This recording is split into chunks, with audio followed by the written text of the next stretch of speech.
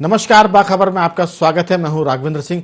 बाखबर में आज हम बात कर रहे हैं एक ऐसे संवेदनशील और कह सकते हैं कि सियासी तौर पर बहुत गर्मागर्म मुद्दे पर जो भारत की राजनीति को दिशा दे सकता है, उसमें हलचल पैदा कर सकता है, खलबली मचा सकता है। दरअसल उत्तराखंड ने एक फैसला किया है। उत्तराखंड की कैबिनेट में पिछले गुरुवार की बात है, कॉमन सिविल कोड समान नागरिक संहिता पर बात हुई है और उसके लिए एक कमेटी बनाई गई है। ये कमेटी रिपोर्ट प्रस्तुत करेगी अपनी जल्दी से। उसकी वजह यह कि पुष्कर धामी जो मुख्यमंत्री, उन्होंने चुनाव के पहले कहा था कि अगर हम सरकार में आए तो कॉमन सिविल कोड पर काम करेंगे, इसके लिए कमेटी बनाएंगे। तो ये उन्होंने वादा पूरा किया, लेकिन इसके साथ ही देश भर में इसकी चर्चा हो रही है।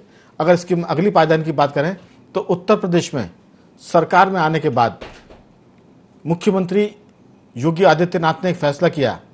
हालांकि वो सीधे तौर पर सरकार का फैसला नहीं है, मदरसा बोर्ड का फैसला यूपी के। उन्होंने फैसला ये किया था कि किस तरह से सरकार मदरसों पर काम करती है। दरअसल बात करें हम तो मदरसे के मसले पर यह कहा गया है कि जो मदरसा बोर्ड के चेयरमैन हैं, उन्होंने कहा है कि अब राष्ट्रगान मदरसा बोर्ड में किया जाएगा, यानी अभी तक मदरसा बोर्ड में राष्ट्रगान नहीं होता था। ये एक बड़ा फैसला है। तीसरी बात हम करेंगे, गुजरात सरकार ने एक फैसला किया है कि कक्षा 1 यानी पहली फर्स्ट स्टैंडर्ड से कक्षा 12 तक क्लास में, स्कूल में, पाठ्यक्रम में श्रीमद् भगवत गीता को शिक्षा से जोड़ा गया है। ये 3 बड़े फैसले हैं।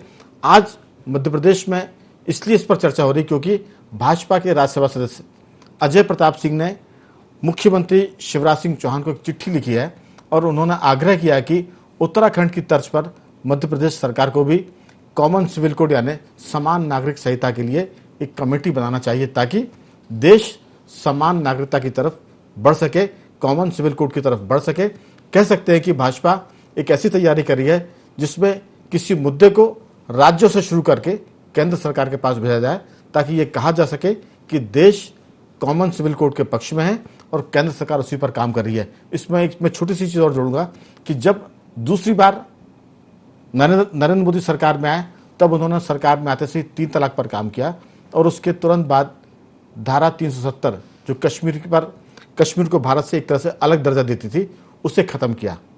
तब विपक्ष ने कहा था कि प्रधानमंत्री नरेंद्र मोदी इतनी जल्दी में क्यों है, 5 साल के लिए दोबारा चुने गए हैं, काम धीरे धीरे कर सकते हैं। तो हम मान सकते हैं कि ये जो धीरे धीरे शब्द है, शायद ये राज्यों से कॉमन सिविल कोड की बात चलेगी और फिर वो दिल्ली तक पहुंचेगी। हो सकता है कि इसमें साल भर लग जाए और अगले साल जब चुनाव होंगे मध्य प्रदेश में, या उसके बाद 2024 में केंद्र के चुनाव होंगे, तब तक ये मामला पक जाएगा। हमारे साथ टेलीफोन पर जुड़ गए हैं भाजपा के राज्यसभा सदस्य अजय प्रताप सिंह जी, जिन्होंने मुख्यमंत्री शिवराज सिंह को चिट्ठी लिखी है इस संबंध में। अजय जी, आपका बहुत बहुत स्वागत है। धन्यवाद राघवेंद्र जी।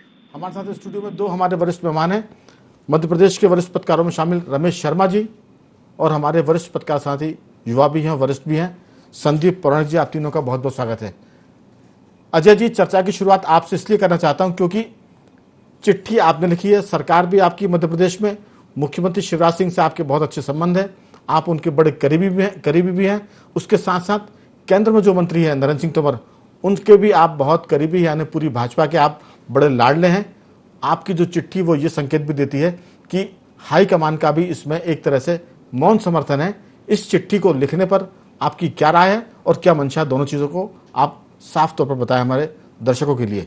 अजय जी, जिस विषय पर मैंने माननीय मुख्यमंत्री जी को पत्र लिखा है जी, ये भारतीय जनता पार्टी का वर्षों से कोर इशू रहा है। जनसंघ के जमाने से ही इस विचारधारा के लोग देश में समान नागरिक संहिता की वकालत करते रहे हैं, मांग करते रहे हैं जी। और अभी कुछ दिन पहले उत्तराखंड में चुनाव के पश्चात जब उत्तराखंड सरकार का गठन हुआ है, तो वहाँ के माननीय मुख्यमंत्री श्री पुष्कर सिंह जी धामी ने एक कमेटी का गठन किया है जो इस संभावनाओं का पता करेगी कि उत्तराखंड में हम किस तरीके से समान नागरिक संहिता को लागू कर सकते हैं। इसलिए मैंने पत्र लिखा माननीय मुख्यमंत्री जी को कि जब उत्तराखंड सरकार इस दिशा में प्रयास कर सकती है, तो हमें अपने प्रदेश में भी समान नागरिक संहिता लागू करने की संभावनाओं को तलाशना चाहिए और उसके जो विधायी पहलू हैं उसका अध्ययन करके इस दिशा में आगे बढ़ना चाहिए।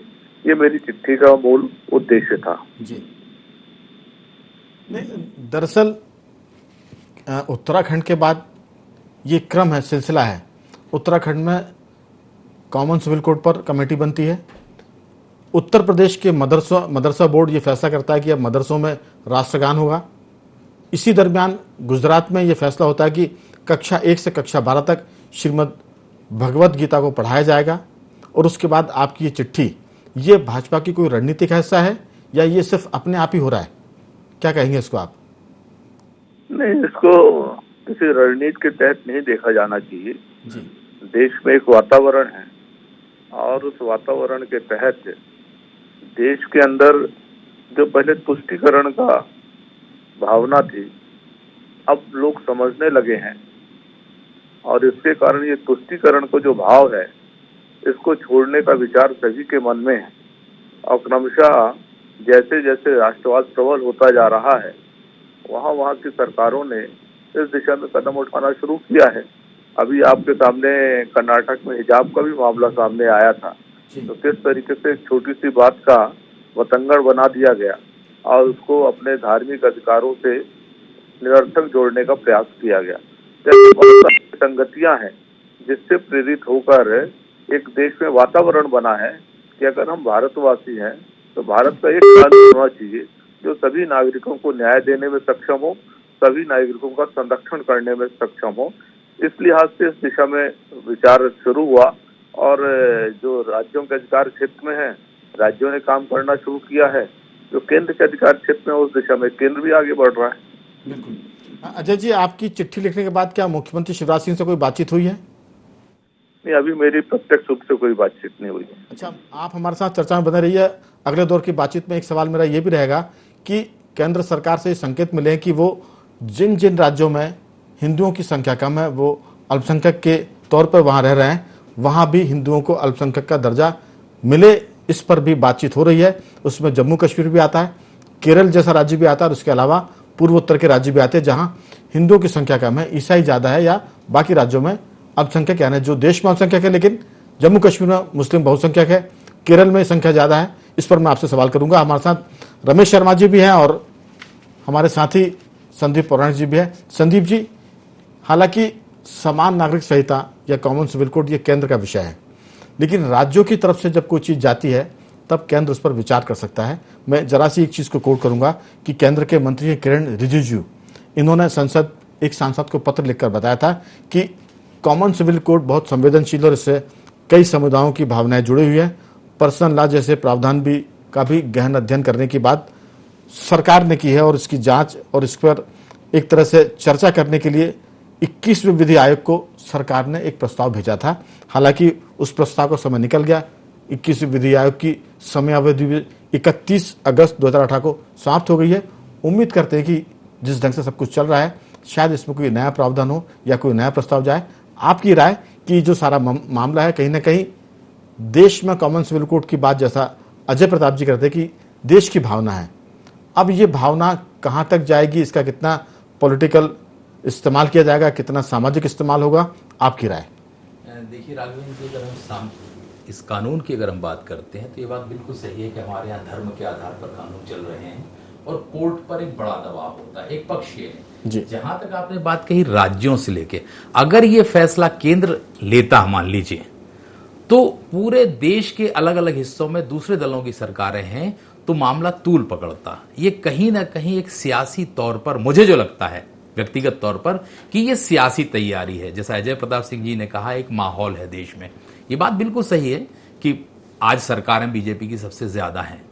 इस तरह से एक माहौल बनाया जा रहा है कि ये जो कोड है, कॉमन सिविल कोड, ये राज्यों की मांग है, तो केंद्र के लिए रास्ता बहुत आसान हो जाएगा। ये कहीं ना कहीं जमीन तैयार हो रही है राज्यों से, और जब केंद्र पर जाएगी बात, बहुसंख्यक राज्यों में बीजेपी की सरकारें हैं, इस तरह के प्रस्ताव जाएंगे तो बीजेपी के लिए फैसला लेना आसान हो जाएगा।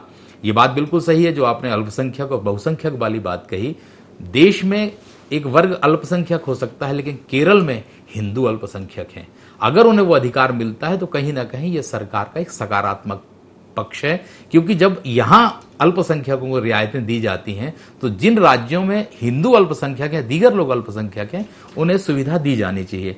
ये जो कॉमन सिविल कोड का कानून है, ये देश की राजनीति को, क्योंकि बहुत गंभीर विषय है राघवेंद्र जी, 370 को और इस कानून को समकक्ष नहीं ला सकते आप, 3 तलाक को और इसको समकक्ष नहीं ला सकते, क्योंकि ये सिर्फ एक वर्ग से जुड़ा नहीं है। इस कानून के लाने से जो ईसाइयत का कानून है, मुस्लिम का कानून है और धर्मों के हैं, तो वहां कहीं टकराव ना हो। मेरा एक व्यक्तिगत सुझाव भी है इसमें राघवेंद्र जी कि सरकार को पहले सारे वर्गों से राय भी लेनी चाहिए किसी बड़ा कदम उठाने से पहले, क्योंकि ये देश वो है जहां सर्व धर्म सर्व समाज के लोग रहते हैं, कहीं टकराव की स्थिति न बने, इस पर भी गंभीरता से विचार होना चाहिए। सिर्फ राजनीतिक लाभ के लिए काम नहीं होना चाहिए। बहुत उचित बात की, लेकिन राजनीतिक लाभ तो अपने आप आ जाएगा, मिल जाएगा। जब आदमी गुलाब जामुन खाता तो उसको शक्कर अपने आप मिल जाती है, ग्लूकोज मिल ही जाता है, तो वो तो राजनीतिक लाभ या नुकसान जो भी है वो मिलेगा, उसमें नफा नुकसान दोनों है। लेकिन मैं एक चीज जरूर पूछूंगा आपसे अगले दौर की बातचीत में कि देश का, दुनिया का सबसे पुराना लोकतंत्र है अमेरिका, वहां भी मेरे ख्याल से कोई अल्पसंख्यक और बहुसंख्यक जैसा कानून नहीं है। जब वहां मुसलमान रह सकते हैं, वहां हिंदू रह सकते हैं, वहां दीगर लोग रह सकते हैं उनके कानून के मुताबिक, तो फिर भारत में कॉमन सिविल कोड में क्या दिक्कत है?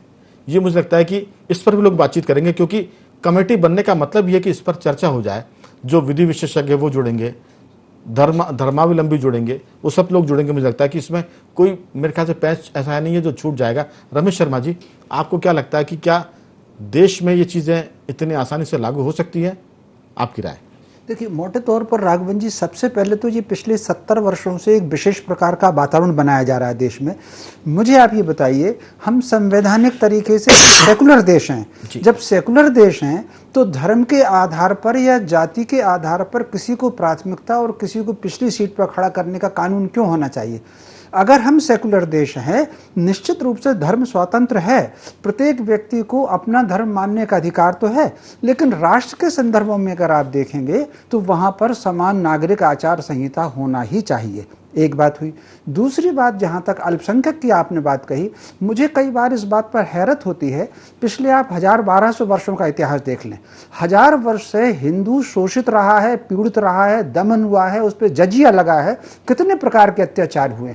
या तो इस्लामिक लोगों के हाथ में सत्ता रही है या ईसाई लोगों के हाथ में सत्ता रही है। उसके बावजूद भी हिंदुओं के नारे करके अल्पसंख्यक के नाम पर जिनके हाथ में सत्ता रही उन्हें विशेषाधिकार देना, यह मेरी दृष्टि में तो बहुत आश्चर्यजनक है। तो मैं समझता हूं समान नागरिक आचार संहिता देश में लागू होना ही चाहिए। और अल्पसंख्यक और बहुसंख्यक के नाम पर ये अंग्रेजों ने षड्यंत्र शुरू किया था, धर्म के आधार पर विभाजन करना, जाति के आधार पर विभाजन करना, क्षेत्र के आधार पर विभाजन करना। अब 70-75 वर्ष हमको अगर स्वतंत्रता के हो गए तो हमको इस विभाजनवादी मानसिकता से और विभाजन की सोच से ऊपर आकर के समान नागरिकता के साथ एक देश एक निशान एक विधान, इसकी तरफ हमको आना ही चाहिए। अगर भारत को विश्व में विश्व गुरु बनाना है, भारत को समृद्ध बनाना है, आप अगर देखेंगे पूरे के पूरे यूरोप में वो उन्होंने यूरोप का एक संघ बना रखा है। सारी की सारी मुस्लिम कंट्रीज एक दूसरे को सपोर्ट करती हैं, सारे एशियाई कंट्री एक दूसरे को सपोर्ट करते हैं, लेकिन यहाँ राजनीति कह करके भारत में जो विभाजन की मानसिकता है वो खत्म ही नहीं हो रही। और विभाजन किस में भी है? विभाजन केवल हिंदुओं में है। एक उदाहरण, यद्यपि आज का विषय नहीं है राघवेंद्र जी, कि जब भी कभी चुनाव होते हैं तो मीडिया हिंदुओं की जाति का विश्लेषण करता है कि इतने राजपूत होगा, इतने ब्राह्मण होगा, इतने यादव होगा, इतने ये होगा। ईसाइयों में कितनी जातियां हैं, मुसलमानों में कितनी जातियां हैं। हिंदुओं में तो कभी किसी को बम उड़ा करके किसी को मंदिरों में विस्फोट करते नहीं है। अभी कुछ दिन पहले पाकिस्तान में खबर थी कि उन्होंने सियाओं की मस्जिद में विस्फोट कर दिया, अहमदियाओं को कितने उन्होंने कत्लेआम किए। तो कुल मिलाकर के ये जो संघर्ष उनके यहाँ, उनके यहाँ भी 24-25 जाति होती है, लेकिन उसका कोई जिक्र नहीं करता। जो अंग्रेज षड्यंत्र शुरू कर गए थे बांटने का, हमको उससे मुक्त होना चाहिए और एक विधान एक निशान, उसकी तरफ हमको आगे बढ़ना चाहिए। मैं समझता हूं उत्तराखंड ने बहुत अच्छी पहल की है, अन्य राज्यों को भी इसका अनुसरण करना चाहिए। अजय प्रताप जी ने जो चिट्ठी लिखी है, बहुत अच्छी चिट्ठी लिखी है। आपके चैनल के माध्यम से मुख्यमंत्री से मेरा आग्रह रहेगा, उस चिट्ठी पर तुरंत लेकर कमेटी जो बनना है, कौन सा कानून लागू होना है, एक कमेटी बन जाए, उसके बाद जो है फिर सर आगे चल करके निर्णय हो। बिल्कुल, लेकिन मैं बहुत विनम्रता से कहना चाहता हूं कि IND 24 कभी भी राजनीति में जाति, धर्म और उसमें भी वर्गों की बात नहीं करता है। जब चुनाव की बात होती है तो हम कभी नहीं कहते कि इस सीट पर इतने हिंदू वोट है, इतने मुस्लिम है, इतने यादव है, ऐसा हम कभी नहीं करते। इस तरह की बुराई से IND24 हमेशा किनारा करता है, बचता है। बाकी का अलग बात है, लेकिन कम से कम अपनी हम बात कर सकते हैं। अजय जी, आपने हमारे दोनों मेहमानों की बात सुनी, आप इसका जो भी उत्तर देना चाहें, लेकिन इसमें एक चीज़ मैं और जोड़ना चाहूँगा, क्या जनसंख्या नियंत्रण बिल पर भी कोई बातचीत हो रही है? हालांकि वो खुद अपने आप में बड़ा विषय है। आपको क्या लगता है, जो रमेश शर्मा जी कह रहे हैं, जो संदीप पौराणिक जी ने कहा कि कम से कम सबसे बात होकर अगर देश में कोई आम राय बन जाए तब काम हो तो ज़्यादा बेहतर है, क्योंकि ये मामला जम्मू कश्मीर की धारा 370 जैसा नहीं है, ये थोड़ा सा अलग है। आपको क्या लगता है? मैं दोनों पत्रकार साथियों की बातों से पूरी तरीके से सहमत हूं, और उन्होंने जो भावनाएं व्यक्त की हैं, मेरी दृष्टि में वो सारी भावनाएं अभिनंदन के योग्य हैं। और अभी जैसा रमेश शर्मा जी ने कहा है कि हम तो कमेटी की बात कर रहे हैं, और कमेटी इसलिए बनाई जाए कि सारी परिस्थितियों का अध्ययन करे, और अध्ययन करके अगर उपयुक्त पाया जाए तो इस दिशा में आगे बढ़ा जाए। एक बात और मैं जोड़ना चाहता हूं कि अगर हम हिंदुस्तान के परिप्रेक्ष्य में देखें तो हिंदुस्तान ऐसा देश है कि जहां पर अलग अलग प्रकृति, अलग अलग धर्मों को मानने वाले, अलग अलग विश्वासों को मानने वाले अनेक तरह के उप समाज हैं, और उन उप समाजों के बीच में हो सकता है कि केंद्रीय स्तर पर अगर कोई बात हम तय करें तो उसको क्रियान्वित करना कठिन हो। इसलिए राज्यों के स्तर पर अगर विचार करके जो राज्य इस बात से सहमत हैं कि हाँ समान नागरिक संहिता लागू की जानी चाहिए, कम से कम उन राज्यों में तो हम प्रयोग कर सकते हैं। उदाहरण के लिए अभी गोवा में समान नागरिक संहिता लागू है, लेकिन कहीं पर भी गोवा में हाय तौबा इसको लेकर नहीं दिखाई देती है। वहाँ के नागरिक इससे संतुष्ट भी हैं, वहाँ पर नागरिकों को इसके आधार पर न्याय भी मिल रहा है। तो जब गोवा में ये सफलतापूर्वक लागू हो सकता है तो ऐसे देश के अन्य भागों में क्यों नहीं लागू हो सकता है? फिर भी अगर कोई असहमत है तो उस राज्य को इस बात की छूट है कि ठीक है, वो अपनी यहाँ की परिस्थिति के अनुसार जो बातें विचार करता है उसके अनुसार आगे बढ़े। लेकिन इन टोटल अजय जी, मैं थोड़ा सा इसमें इंटरव्यू करना चाह रहा हूँ। गोवा में जो कानून की आप बात कर रहे हैं, ये गोवा की आज़ादी के पहले का है। जब वो भारत में शामिल हुए तब उस कानून को लागू नहीं किया। वहाँ तो पहले से वो चीज़ें लागू थी जो अभी चली आ रही हैं। जी जी, मैं आपकी बात से सहमत हूँ। मैं तो इस बात पर जोर दे रहा हूँ कि वहाँ पर समान नागरिक संहिता लागू है जी, आज की तारीख में भी लागू है, और लागू होने के पश्चात गोवा में किसी भी तरीके से हाय तौबा नहीं है, किसी भी तरीके से कोई वर्ग असंतुष्ट नहीं है, सभी को उस कानून के अंतर्गत न्याय मिल रहा है। जब गोवा एक लंबे समय से इस कानून के तहत अच्छा परफॉर्म कर रहा है, वहाँ पे पीस है, हार्मनी है, तो अन्य प्रांतों में क्यों नहीं हो सकता है? एक उदाहरण के तौर पर मैं गोवा का नाम ले रहा हूँ। ये बात सही है कि गोवा में ये कानून जो है, लेकिन हम तो इसके भी आगे बढ़ गए थे। हम तो अंतर्राष्ट्रीय स्तर पर चले गए थे कि अमेरिका जैसे देश में जो सबसे पुराना लोकतंत्र है, वहाँ भी सबके लिए अलग अलग कानून नहीं है भारत की तरह कि हिंदू कोड बिल हो या मुस्लिम पर्सनल लॉ हो। वहाँ जब सब मुसलमान हिंदू रह सकते हैं ईसाइयों के साथ उनके कानून के मुताबिक, तो भारत में भी रह सकते हैं। गोवा का आपने उदाहरण दिया है। लेकिन मैंने जो एक सवाल किया था, क्या जनसंख्या नियंत्रण बिल पर भी कोई बातचीत हो रही है? जनसंख्या नियंत्रण बिल पर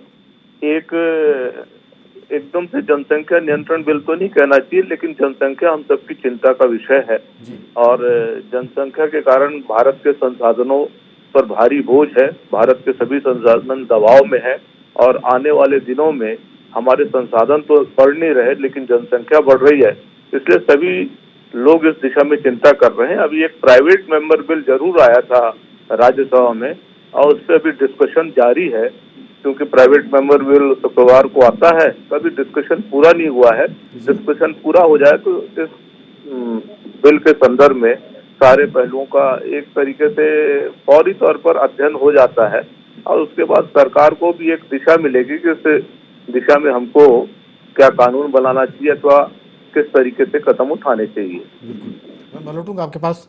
संदीप जी, आपने सुना अजय जी को, उन्होंने बाकायदा गोवा का भी उदाहरण दिया है और ये भी कहा कि जब गोवा में रह सकते हैं हिंदू मुसलमान एक समान कानून के तहत, तो फिर पूरे देश में क्या दिक्कत है? हमें लगता है कि कई बार चीज़ों में जब सुविधा होती है तो आदमी फिर उसमें डिमांड करता है। आपके पास अगर विकल्प है तो फिर आप विकल्प की, खाने में अगर सिर्फ दाल रोटी है तो फिर आदमी सब्जी की बात नहीं करेगा। अगर सब्जी आप परोसोगे तो फिर उसमें वो भिंडी की बात भी करेगा, फिर उसमें वो ये भी कहेगा इसमें नमक बहुत तेज है, इसमें तेल बहुत है, और फिर तमाम चीज़ें इसमें हो जाती है। मुझे लगता है कि कहीं ना कहीं इस पूरे मुद्दे पर निर्णय पर जाने की ज़रूरत है। निर्णय पर एक बार जाने के बाद थोड़ी बहुत दिक्कत हो सकती है, लेकिन निर्णय के बाद भारत एक ऐसा देश है जहां लोग एक तरह से स्वीकारते हैं चीज़ों को और उस निर्णय पर चलते हैं। आपकी राय जनसंख्या बिल पर भी आपकी राय, इसके साथ साथ जो कानून पर बात हो रही है समान नागरिक संहिता कर, उस पर भी आपकी टिप्पणी। देखिए राघवन जी, जो आपने अमेरिका का उदाहरण दिया, मैं बात सहमत हूं आपकी। माहौल और राय दो चीजें ऐसी होती हैं कि जिनके सहारे आप एक बड़ा रास्ता तय कर सकते हैं। बिल्कुल, इसमें एक चीज मैं जुड़ूंगा कि वहां सियासत इस मुद्दे पर नहीं होती है।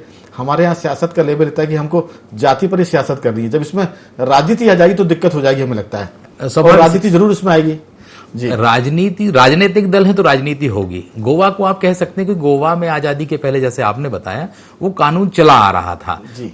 हमारे यहाँ की जब बात करते हैं, हम खासकर मध्य प्रदेश की जब बात करें, तो हमें जो चीज मिली हुई है, चाहे वो धर्म से जुड़े हुए लोग हों, क्योंकि ठेकेदार, जो धर्म के ठेकेदार होते हैं राघवेंद्र जी, उनकी दुकान बंद हो जाती है ऐसी चीजों से, उनके लाभ के रास्ते बंद हो जाते हैं। मैं किसी एक धर्म पे नहीं जा रहा जी। जब रास्ते आपके बंद होते हैं तो आप में तड़पड़ाहट पैदा होती है, आप उसके खिलाफ जाते हैं।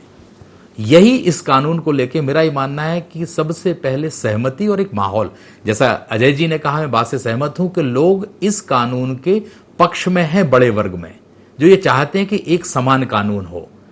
और अगर सरकार माहौल बनाती है, लोगों की राय लेती है, तो उसके लिए रास्ता बहुत आसान हो जाएगा। कमेटी बात सही है कि सुझाव आएंगे और आगे बढ़ेगी।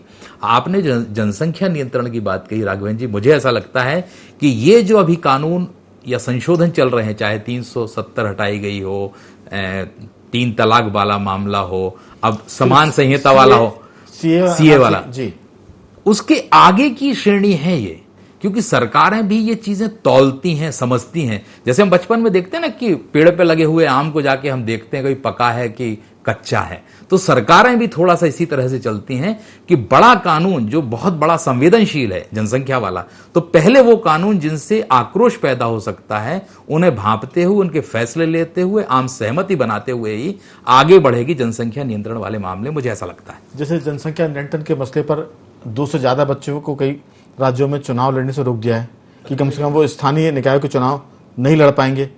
उसके बाद नौकरी पर भी बंधन लग जाएगा कि जिनके 2 से ज़्यादा बच्चे हैं वो नौकरी में प्रमोशन के हकदार नहीं होंगे।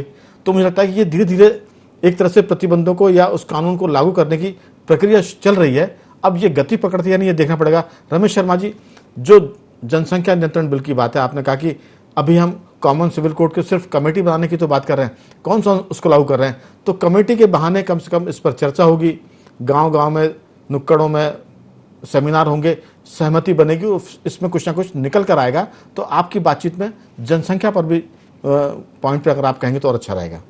जनसंख्या पर हमको 2 बातों पर विचार करना है। हमको अपने देश की भीतर की जनसंख्या का तो नियमन हमको करना ही है, लेकिन इसके साथ साथ हमको बड़ी समस्या उस घुसपैठ से है। आपको कल्पना है 1970 से लेकर के आज तक 5 करोड़ लोग या तो बांग्लादेश से आ गए हैं, या बर्मा से आ गए हैं, या रोहिंग्या के रूप में आ गए हैं, या कश्मीर के रास्ते पाकिस्तान से आ गए हैं, चीन के लोग नेपाल के रास्ते आ रहे हैं। तो कुल मिलाकर के ये जो 5 करोड़ लोग आ गए, इसमें से कितने तो मंत्री विधायक आसाम में बन गए, बाकायदा अखबारों में चैनल के रूप में आया, मतलब डिबेट के रूप में आया। तो ये जो करोड़ों लोग बाहर से चले आ रहे हैं, वो हमारी रोटी खा रहे हैं, हमारा रोजगार छीन रहे हैं और हमारे यहाँ बेमनस से फैला रहे हैं। तो मोटे तौर पर जनसंख्या पर तो जो बात हो वो तो होनी ही चाहिए, वरना अंत तो क्या होगा? जनसंख्या नियंत्रण से या जनसंख्या का माहौल बनाने से जो इस देश के लिए समर्पित बंधु है, उसकी आबादी घटती चली जा रही है। आप अगर देखेंगे 1991 की जो जनगणना थी, उसमें वो 91.5% था, अब 80% आकर के रह गया। और जो दूसरे लोग जो रोज नई समस्या पैदा कर रहे हैं, वो घुसपैठ के रूप में बढ़कर के चलते चले आ रहे हैं। तो हमें कम से कम ये घुसपैठ भी रोकना चाहिए। कानून तो आप बनाते रहिए संसद में, जैसा कि अजय जी ने कहा है, संसद में विचार करते रहिए, लेकिन एक संसद में ये भी आना चाहिए कि सीमा पर इतनी सख्ती हो कि कोई चुपचाप चोरी से अगर घुस के आ रहा है तो सीधी उसको गोली मार दिया जाना चाहिए। तो कुल मिलाकर के हमको जनसंख्या के साथ साथ घुसपैठ पर भी बहुत ज्यादा ध्यान देने की जरूरत है। बिल्कुल। अजय जी, आपकी कोई अंतिम टिप्पणी इस पर, क्योंकि जनसंख्या का मसला भी बड़ा है। बिल्कुल, जनसंख्या का मसला भी बड़ा है और बड़ा संवेदनशील है। ये केवल मात्र घुसपैठ का ही कारण नहीं है। ये एक तरीके से आप कह सकते हैं कि हमारे देश पर हमारे जो पड़ोसी देश हैं उन देशों पर जनसांख्यिकीय आक्रमण भी है, क्योंकि हमारे देश में लोकतंत्र है।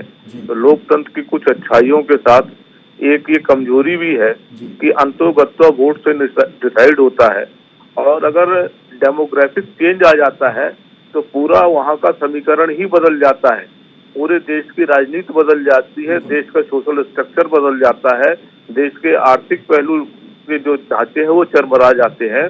तो इसलिए इस जनसांख्यिकीय आक्रमण के प्रति भी हमको संवेदनशील होना चाहिए। रमेश शर्मा जी की बात से मैं पूरी तरीके से सहमत हूँ कि इस मामले में जितने अधिक से अधिक कड़े कानून हम बना सकते हैं हमको बनाना चाहिए, और हर कीमत पर हमको इस तरीके की घुसपैठ को रोकना चाहिए। कुछ सरकार ने उपाय किए हैं, समय की कमी है, लेकिन हमने सभी मुद्दों को उसमें शामिल करने की कोशिश की और चर्चा की भी कोशिश की। तो कुल मिलाकर बात शुरू हुई थी कॉमन सिविल कोड से, वो जनसंख्या नियंत्रण बिल पर भी आई, इसके साथ साथ वो घुसपैठ पर भी आई। घुसपैठ रोकी जानी चाहिए क्योंकि ये एक तरह के लोकतंत्र पर विदेशी आक्रमण है, क्योंकि हमारे पड़ोसी देशों में अब वो क्षमता नहीं कि भारत से वो युद्ध कर पाए। तो युद्ध के तरीके हैं, आतंकवाद के जरिए है, अतिक्रमण के माने घुसपैठ के जरिए। तो बहुत सारी बातें जिस पर हम फिर कभी विस्तार से बात करेंगे। मैं तीनों मेहमानों का साधुवाद करूंगा कि आपने चर्चा में हिस्सा लिया। अजय जी, आपका बहुत बहुत धन्यवाद। राज्यसभा में आप इन दिनों व्यस्त हैं, लेकिन फिर भी आपने समय निकाला। रमेश शर्मा जी, आपका भी धन्यवाद, और संदीप जी, आपका भी बहुत बहुत धन्यवाद। कुल मिलाकर देश कॉमन सिविल कोड के बारे में सोच रहा है और आने वाले दिनों में इस पर कोई बड़े फैसले भी हो सकते हैं। बाखबर में इतना ही, कल किसी और मुद्दे पर आपसे बात करेंगे। तब तक बने रहिए हमारे साथ और देखते रहिए INTO 24।